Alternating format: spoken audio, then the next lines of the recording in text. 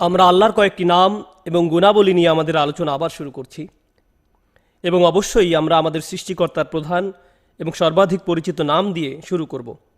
আর সেই নামটি হলো আল্লাহ। সেই নামটি হলো আল্লাহ। আমাদের মালিক এবং সৃষ্টিকর্তার সবচেয়ে পরিচিত এবং কমন নাম হলো আল্লাহ।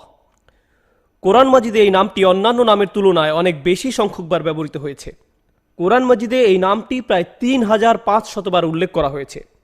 কোরআন শুরু হয়েছে এই নামটি দিয়ে, বিসমিল্লাহির রহমানির রহিম, আলহামদুলিল্লাহি রব্বিল আলামিন। কোরআনের সমাপ্তি হয়েছে এই নামটি দিয়ে, কুল আউযু বিরব্বিন নাস, মালিকিন নাস, ইলাহিন নাস।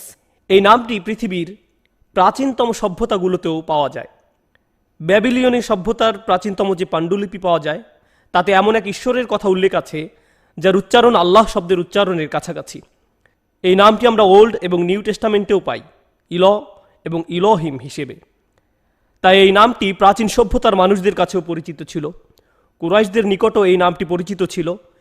বিস্ময়কর একটা ব্যাপার হলো, প্রাচীন ব্যাবিলন এবং কুরাইশদের নিকট আল্লাহ ছিলেন সকল ঈশ্বরের ঈশ্বর। তিনি ছিলেন প্রধান ঈশ্বর। তারা কখনো আল্লাহর জন্য কোনো মূর্তি তৈরি করেনি।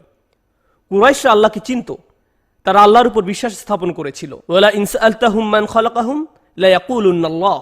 আপনি যদি কুরাইশদেরকে জিজ্ঞেস করেন কে তোমাদেরকে সৃষ্টি করেছে, তারা বলবে আল্লাহ। সুতরাং তারা আল্লাহর নামটি সম্পর্কে জানতো। তারা কখনো কখনো আল্লাহর উপাসনাও করত, কিন্তু তারা আল্লাহকে অনেক বেশি পবিত্র মনে করত। মোট কথা, আল্লাহ নামটি তাদের নিকট জানা ছিল। এখন আল্লাহ শব্দটির অর্থ কি এ সম্পর্কে অনেক অনেক মতামত রয়েছে, কিন্তু সময় স্বল্পতার দরুন সবগুলো মতামত আলোচনা করা সম্ভব নয়। একটি দলের মতে আল্লাহ নামটি কোথাও থেকে উদ্গত হয়নি, এটি একটি প্রপার নাউন যার কোনো অর্থ নেই। কিন্তু এই মতটি খুবই দুর্বল। আরবি ভাষার অধিকাংশ ভাষাবিদ এবং তাফসীর কারকদের মতে প্রকৃতপক্ষে আল্লাহ শব্দের অর্থ আছে। এখন প্রশ্ন হলো, এই নামটি কি অর্থ প্রকাশ করে? এই ব্যাপারে ৬টির অধিক মতামত পাওয়া যায়। আবারও আমাদের সংক্ষেপ করতে হচ্ছে। কিছু কিছু অভিমত হচ্ছে আল্লাহ নামটি আল্লাহ শব্দটি এসেছে আলাহা ক্রিয়াপদ থেকে। আর আলাহা শব্দের অর্থ হচ্ছে রক্ষা পাওয়ার জন্য ছুটে আসা, সাহায্য পাওয়ার জন্য ছুটে আসা, কোথাও আশ্রয় পাওয়া, কোথাও অবলম্বন পাওয়া। সুতরাং এই ব্যাখ্যা অনুযায়ী আল্লাহ হলেন এমন সত্তা যার নিকট সবাই সাহায্যের জন্য ছুটে আসে। আল্লাহ হলেন এমন সত্তা যার নিকট অন্তর প্রশান্তি পায়। আল্লাহ হলেন এমন সত্তা যার নিকট সমস্ত সৃষ্টি জগৎকে অবশ্যই চাইতে হবে। আর এই অর্থটি সম্পূর্ণরূপে যুক্তিপূর্ণ। ইয়াস আলুহু মান ফিস সামাওয়াতি ওয়াল আরদ কুল্লা ইয়াউমিন হুয়া ফি শান। নভমণ্ডল এবং ভূমণ্ডলের সবাই তার কাছে প্রার্থী। তিনি সর্বদাই কোনো না কোনো কাজে রত আছেন। কুল হুয়াল্লাহু আহাদ আল্লাহুস সামাদ। এখানে সমাদ শব্দের অর্থ হলো যার নিকট ফেরা হয় এবং কোনো কিছু চাওয়া হয়। সুতরাং আল্লাহ শব্দের অর্থ হলো এমন সত্তা সবাই যার মুখাপেক্ষী। আল্লাহ শব্দের আরও অর্থ হলো, কিছু ওলামা বলেন আল্লাহ শব্দটি এমন একটি ক্রিয়াপদ থেকে এসেছে যার অর্থ হলো উন্নত করা, ঊর্ধ্বে ওঠানো। আল্লাহ হলেন সর্বোচ্চ সত্তা, আর এটা সঠিক অভিমত। আল্লাহু আকবার। আল্লাহর আরেকটি নাম হলো আল আ'লা, সাব্বিহ ইসমা রাব্বিকাল আ'লা। আর তাই যারা আল্লাহর ইবাদত করে তাদেরও মর্যাদা বৃদ্ধি করা হয়। ইয়ারফাউল্লাহু আল্লাযীনা আমানু মিনকুম ওয়াল্লাযীনা উতুল ইলমা দারাজাত। তোমাদের মধ্যে যারা ঈমানদার এবং যারা জ্ঞানপ্রাপ্ত, আল্লাহ তাদের মর্যাদা উচ্চ করে দিবেন। আর তাই আল্লাহ শব্দের এই ব্যাখ্যাটিও একটি সঠিক ব্যাখ্যা। আল্লাহ শব্দের তৃতীয় যে ব্যাখ্যা পাওয়া যায় তা হলো, আল্লাহ হলেন এমন সত্তা যিনি আমাদের মনকে বিস্ময়াভিভূত করে ফেলেন, এমন সত্তা যাকে আমাদের ক্ষুদ্র বুদ্ধির পক্ষে উপলব্ধি করা সম্ভব নয়। অন্য কথায়, আপনি আল্লাহ সম্পর্কে যত জানবেন তত বেশি অবাক হবেন। তো এটা হলো আরেকটি ব্যাখ্যা। এই সবগুলো ব্যাখ্যাই যুক্তিসিদ্ধ। যাই হোক, তবে সবচেয়ে শক্তিশালী মতামত হলো আল্লাহ শব্দটি আলিহা ইয়ালাহু থেকে এসেছে। আলিহা ইয়ালাহু, আর আলিহা শব্দের অর্থ হলো ইবাদত করা। সুতরাং আল্লাহ হলেন এমন সত্তা যার উপাসনা করা হয়। এটাই সবচেয়ে সঠিক ব্যাখ্যা। আল্লাহ হলেন এমন সত্তা যার উপাসনা করা হয় এবং যিনি উপাসনা পাওয়ার যোগ্য। কেউই আল্লাহ সুবহানাহু ওয়া তাআলার মতো উপাসনা পাওয়ার যোগ্য নয়। এটাই অধিকাংশ আলেমের মত। যদিও পূর্বে উল্লেখিত মতামতগুলো সঠিক, সেখানে ভুল কোনো মতামত ব্যক্ত করা হয়নি। আল্লাহ হলেন এমন সত্তা যার নিকট আপনি সাহায্যের জন্য ছুটে আসেন। আল্লাহ হলেন এমন সত্তা যার স্মরণে আপনার মন প্রশান্তি লাভ করে। আলা বিযিক্রিল্লাহি তাতমাইন্নুল কুলুব। এই সবগুলো মতই যুক্তিসিদ্ধ, কিন্তু সবচেয়ে শক্তিশালী মত যা আরবি ভাষার অধিকাংশ ভাষাবিদ ব্যক্ত করেছেন তা হলো আল্লাহ শব্দটি দ্বারা এমন এক সত্তার কথা বোঝায় যিনি উপাসনা পাওয়ার যোগ্য। এই ব্যাখ্যার ফলে আমরা বুঝতে পারি কেন আল্লাহ নামটি তার প্রধানতম নাম। আল্লাহ কোরআনে মাজিদে বলছেন, ওয়ালিল্লাহি আল আসমাউল হুসনা, আর আল্লাহর জন্যই রয়েছে সব উত্তম নাম। আর তাই আমরা সব সময় এভাবে বলি, আল্লাহর একটি নাম হলো আর রহমান, আল্লাহর একটি নাম হলো আর রহিম, আল্লাহর একটি নাম হলো আল গফুর। কিন্তু আমরা কখনো উল্টা করে বলি না যে আল গফুরের একটি নাম হলো আল্লাহ, আমরা কখনো এভাবে বলি না। আর রহিমের একটি নাম হলো আল্লাহ, আমরা কখনো এভাবে বলি না। বরং আমরা বলি আল্লাহর একটি নাম হলো আর রহিম। সুতরাং আমরা অন্য নামকে আল্লাহর প্রতি আরোপ করি, আল্লাহ নামকে অন্য নামের প্রতি আরোপ করি না। আর এই অনুশীলন কোরআনের সাথে সাদৃশ্যপূর্ণ। আল্লাহর জন্য রয়েছে সব উত্তম নাম। তো বিষয়টা একটু ভেবে দেখুন, অন্য সকল নাম আল্লাহর জন্য। কোরআনে বলা হয়েছে ওয়ালিল্লাহি আল আসমাউল হুসনা। এর ফলে এই বিষয়টাও আমাদের নিকট সুস্পষ্ট হয়ে ওঠে যে কেন এই নামটি এতটা শক্তিশালী। এই নামটি আল্লাহর প্রধানতম নাম, কারণ এই নামটি অন্য সব নামসমূহকে একীভূত করে। এই নামটি অন্য সকল নামসমূহকে অবশ্যম্ভাবী করে তোলে। কিন্তু কিভাবে? আমরা আগেই বলেছি, এই নামের অর্থ হলো এমন সত্তা যার উপাসনা করা হয়। এটাই এই পরিভাষাটির অর্থ, এমন সত্তা যার উপাসনা করা হয়। ঠিক আছে, তো যার উপাসনা করা হয় তাকে অবশ্যই হতে হবে আর রহমান, আর রহিম, আল মালিক, আল কুদ্দুস, আস-সামি', আল বাসির, আল গফুর। সুতরাং যার উপাসনা করা হয় তিনি যদি আস-সামি' না হন, যার উপাসনা করা হয় তিনি যদি আর রহিম না হয়ে থাকেন, তাহলে তিনি উপাসনা পাওয়ার যোগ্য নন। যেহেতু আল্লাহ হলেন রহমান, রহিম, মালিক, কুদ্দুস, আজিজ, জব্বার, মুতাকাব্বির, সেহেতু আল্লাহর উপাসনা করা হয়। এজন্যই বলা হয়ে থাকে আল্লাহ নামটি সবচেয়ে বেশি ব্যাপকতা প্রকাশ করে। এই নামটি অন্য সব নামসমূহকে একীভূত করে। যার উপাসনা করা হয় তার অবশ্যই সবচেয়ে নিখুঁত নামসমূহ এবং গুণাবলী থাকতে হবে, অন্যথায় তার উপাসনা করা হবে না। আল্লাহ হলেন সামি', বাসির, গফুর, রহমান, রহিম, তাই তার উপাসনা করা হয়, তাই তার উপাসনা করা হয়। আর তাই এটা সবচেয়ে শক্তিশালী নাম। আমাদের বহু আলেম বলেছেন ইসমুল্লাহিল আযম হলো আল্লাহ। এখানে একটু থামি, ইসমুল্লাহিল আযম অর্থ কি? আমরা হাদিসে আশ্চর্যজনক একটা বিষয়ের সন্ধান পাই।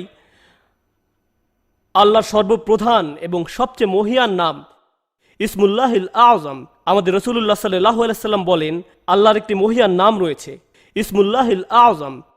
আর যখন এই নাম ধরে আল্লাহর নিকট কোনো কিছু প্রার্থনা করা হয়, আল্লাহ সেই দোয়ার জবাব দান করেন। কিন্তু তিনি আমাদের বলেননি সেই নামটি কি। এই বিষয়ে আলেমদের 10টির অধিক অভিমত পাওয়া যায়। সবচেয়ে পরিচিত 2টি অভিমত হলো আল্লাহর 2টি নামের সমন্বয়, আল হাইয়ু, আল কাইয়ুম। আরেকটি জনপ্রিয় অভিমত হলো আল্লাহ নামটি নিজেই ইসমুল্লাহিল আযম। উভয় মতের পক্ষে জোরালো যুক্তি এবং প্রমাণ রয়েছে। আল্লাহ নামটি নিজেই ইসমুল্লাহিল আযম। যাই হোক, আপনি যদি লক্ষ্য করেন দেখবেন কোরআনে বর্ণিত সকল দোয়ায় আল্লাহ নামটি ব্যবহার করা হয়েছে। আপনি যদি লক্ষ্য করে থাকেন, প্রকৃতপক্ষে 4টি প্রধান জিকিরে সবার জানা উচিত 4টি প্রধানতম জিকির রয়েছে, যাদেরকে কেন্দ্র করে অন্য জিকিরগুলো করা হয়ে থাকে। সুবহানাল্লাহ, ওয়ালহামদুলিল্লাহ, ওয়ালা ইলাহা ইল্লাল্লাহ, ওয়াল্লাহু আকবার। এই 4টি জিকির হলো মৌলিক জিকির, সুবহানাল্লাহ, আলহামদুলিল্লাহ, ওয়ালা ইলাহা ইল্লাল্লাহ, আল্লাহু আকবার। সবগুলো জিকিরে কি নাম রয়েছে? আল্লাহ। সুবহানাল্লাহ, আলহামদুলিল্লাহ, ওয়ালা ইলাহা ইল্লাল্লাহ, আল্লাহু আকবার। আল্লাহ নামের একটি অনন্য বৈশিষ্ট্য হলো এই নামটি খুব সহজে উচ্চারণ করা যায়, খুব সহজে উচ্চারণ করা যায়। এখানে কঠিন কোনো কনসোনেন্ট নেই। জিহ্বার সামান্য নড়াচড়ার সাথে সাথে মুখ থেকে একটু বাতাস বের করে দিলেই উচ্চারণ হয়ে যায়। আল্লাহ, এতই সহজ, কঠিন কোনো কনসোনেন্ট নেই। জিহ্বার সামান্য নড়াচড়া ছাড়া আর কিছুই দরকার হয় না। নামটি উচ্চারণের সময় ঠোঁট একটুও নড়ে না।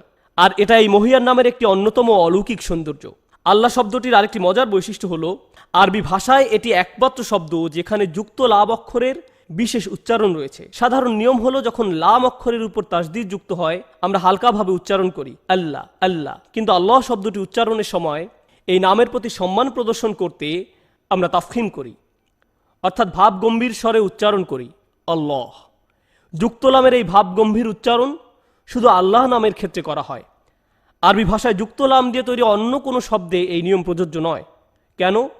কারণ আমরা আল্লাহর প্রতি সম্মান প্রদর্শন করছি। কিন্তু এর একমাত্র ব্যতিক্রম হলো যদি এর পূর্বে কাসরা থাকে তাহলে উচ্চারণ করি লিল্লাহিল হামদ, আর অন্য ক্ষেত্রে আলহামদুলিল্লাহ। আর আল্লাহ তথা শব্দটির পূর্বে জবর বা পেশ থাকলে আমরা মোটা স্বরে উচ্চারণ করি, অর্থাৎ ভাব গম্ভীর স্বরে উচ্চারণ করি আল্লাহ। এই নামের আরেকটি অনন্য বৈশিষ্ট্য হল কুরআন মজিদের 33টির অধিক আয়াত আল্লাহ শব্দটি দিয়ে শুরু হয়েছে। আর রহমান এবং আল্লাহ এই দুইটি নাম ছাড়া অন্য কোনো নাম দিয়ে কোরআনের কোনো আয়াত শুরু হয়নি। কোরআনের আয়াতের শুরুতে শুধু এই দুইটা নামই ব্যবহার হয়েছে। আর রহমান দিয়ে একটি বা দুইটি আয়াত শুরু হয়েছে, কিন্তু আল্লাহ শব্দটি দিয়ে 33টির অধিক আয়াত শুরু করা হয়েছে। আমাদের স্কলারদের নিকট থেকে আল্লাহ নামের আরেকটি ব্যাখ্যা পাওয়া যায়, যা কিছুটা সুফিবাদী ধরনের। ইনশাআল্লাহ তাআলা এই ব্যাখ্যাটি উপস্থাপনে কোনো সমস্যা হবে না। আমাদের আলেমরা বলেছেন, যদি আপনি আল্লাহু এই শব্দটি থেকে একটা করে অক্ষর বাদ দিতে থাকেন তাতেও নামের অর্থ প্রকাশে কোনো অসুবিধা হয় না। আপনি যদি আল্লাহু থেকে আলিফ বাদ দিয়ে দেন তখন বলা হবে লিল্লাহ। আবার যদি লাম বাদ দিয়ে দেন তাহলে পাবেন ইলাহ। এরপর যদি আলিফও বাদ দিয়ে দেন তাহলে পাবেন হু। এভাবে এক এক করে অক্ষরগুলো কাটতে থাকলেও সর্বনাম হু বাকি থেকে যায়। এটি কিছুটা সুফিবাদী ব্যাখ্যা, যাই হোক, এতে কোনো সমস্যা নেই। আর আমি শেষ করছি আল্লাহর এই নাম সম্পর্কে ইবনুল কাইয়িম রাহিমাহুল্লাহর একটা অসাধারণ উক্তি দিয়ে। ইবনুল কাইয়িম রাহিমাহুল্লাহ যখন এই নামটি উল্লেখ করলেন, তিনি বললেন, এই শক্তিশালী নামটি উচ্চারণের প্রভাব আমরা যেভাবে দেখতে পাই তা হলো এই নামটি আল্লাহর সমস্ত সৌন্দর্য ও নিখুঁত দিকটিকে সমন্বিত করে রাখে। এটা কখনো সম্ভব নয় যে এই নামটি কোনো ক্ষুদ্র একটি ব্যাপারে উচ্চারিত হয়েছে অথচ সেই ব্যাপারটি গুরুত্ববহ হয়ে ওঠেনি, অথবা ভয়ার্ত অবস্থায় এই নামটি উচ্চারিত হয়েছে কিন্তু ভয় কাটেনি, অস্থিরতার সময় এই নামটি উচ্চারিত হয়েছে কিন্তু স্থিরতা আসেনি, অথবা সংকীর্ণতার সময় এই নামটি উচ্চারিত হয়েছে কিন্তু প্রশস্ততা আসেনি। আর কোনো দুর্বল মানুষ আল্লাহর এই নামটি উচ্চারণ করেছে অথচ সে দুর্বলতা কাটিয়ে দৃঢ় হতে পারেনি। কোনো অভাবী মানুষ এই নামটি উচ্চারণ করেছে অথচ তার অভাব কাটেনি। অথবা কোনো অপদস্থ মানুষ এই নামটি উচ্চারণ করেছে অথচ সে সম্মানিত হয়নি। অথবা কোনো ভীত অসহায় মানুষ এই নামের মাধ্যমে প্রশান্তি ও সাহস পায়নি। ইবনুল কাইয়িম রাহিমাহুল্লাহ আরও বলেন, এটা আল্লাহর সেই নাম যার মাধ্যমে বিপদ দূর হয়, যার মাধ্যমে বরকত বৃদ্ধির খোঁজ মেলে, যার মাধ্যমে দুয়ার জবাব মেলে, যার মাধ্যমে ভয় ও অসহায়ত্ব একাকার হয়ে যায়। এটা সেই নাম যার মাধ্যমে খারাপ থেকে বেঁচে থাকা যায়। এটা হলো আল্লাহর সেই নাম যার উপরে আসমান ও জমিন প্রতিষ্ঠিত হয়েছে, যার উপর কিতাব সমূহ নাজিল হয়েছে আর সমস্ত নবী রাসূল প্রেরিত হয়েছেন। এটাই তো আল্লাহর সেই নাম যার মাধ্যমে শরিয়া প্রতিষ্ঠিত হয়েছে। এটা সেই নাম বিশ্বাসীদেরকে যেটা পৃথক করে অবিশ্বাসীদের থেকে। যারা আল্লাহর এই নাম মেনে নেয় তারাই বিশ্বাসী, আর যারা মানে না তারাই অবিশ্বাসী। আর এটাই আল্লাহর সেই নাম যা বিচারের নিক্তিকে ভারী করে, যা পুলসিরাত নিমিষেই পার করে দেবে, আর যেটা বেহেশতের দরজাগুলোকে উন্মুক্ত করে দেয়। আর তাই যে এই নামটি জানবে ও বিশ্বাস স্থাপন করবে সেই সফল কাম। যে আল্লাহর এই নামটিকে অগ্রাহ্য করবে সে ধ্বংস হবে। ইবনুল কাইয়িম এটা বলে ওনার উক্তি শেষ করেন। আল্লাহ সুবহানাহু ওয়া তাআলা তার প্রতি ভালোবাসা, তার প্রতি বিশ্বাস, তার প্রতি ভরসা আমাদের অন্তরে দান করুন। ইনশাআল্লাহ তাআলা আমরা কাল আবার আলোচনা করব। ওয়াসসালামু আলাইকুম ওয়া রাহমাতুল্লাহি ওয়া বারাকাতুহু। বিসমিল্লাহির রহমানির রহিম। তাবারাকাল্লাযী বিয়াদিহিল মুলকু ওয়া হুয়া আলা কুল্লি শাইইন কাদির।